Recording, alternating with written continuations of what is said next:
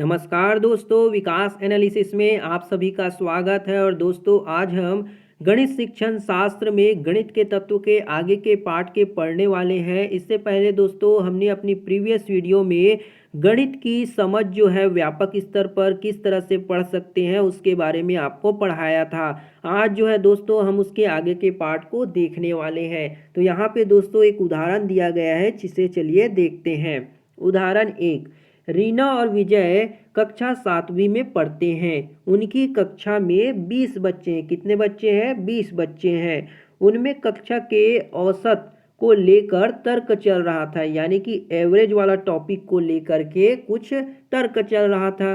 रीना ने विजय से कहा कि अगर कक्षा के हर छात्र के टेस्ट के अंकों में 5 जोड़ दी जाए तो कक्षा का औसत 5 से बढ़ जाएगा। विजय ने हिसाब लगाया और पाया कि रीना सही थी। फिर रीना ने कहा कि यह बात 5 के लिए ही सही नहीं थी। यदि सभी अंकों में कोई भी अंक जोड़ दी जाए तो औसत उस संख्या से बढ़ जाएगी। विजय को इस बात पर यकीन नहीं हुआ।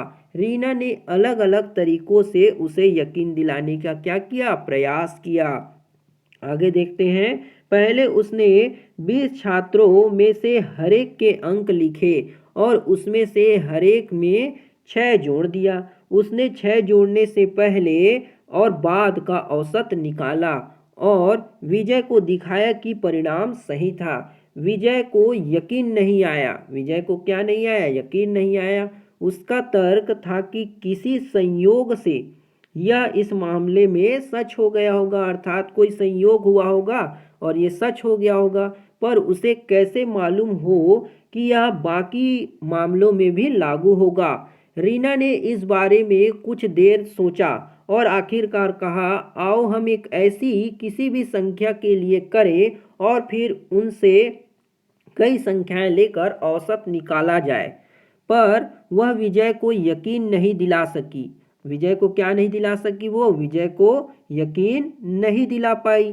अचानक उसने बीजगणित इस्तेमाल करने के बारे में सोचा। अचानक उसने क्या सोचा कि अब अलजेब्रा का यूज़ किया जाए।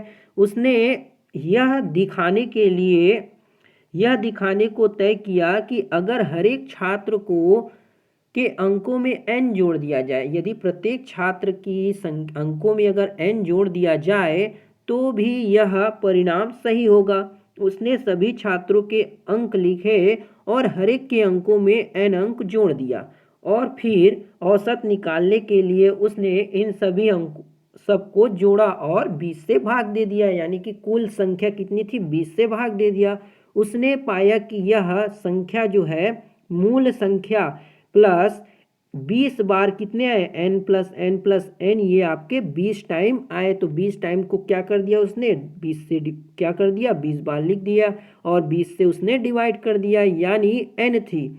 अब विजय को पूरी तरह यकीन हुआ कि जो रीना ने पहले कहा था वो सच था। तो इस तरह से विजय की जो कंफ्यूजन थी औसत को लेकर, उसे उसने दूर कर दिया। उदाहरण नंबर 1 में देखते हैं। रीना ने बीजगणित की अपनी जानकारी का संख्याओं के एक समुच्चय का औसत निकालने के जाने माने परिणाम के साथ इस्तेमाल किया।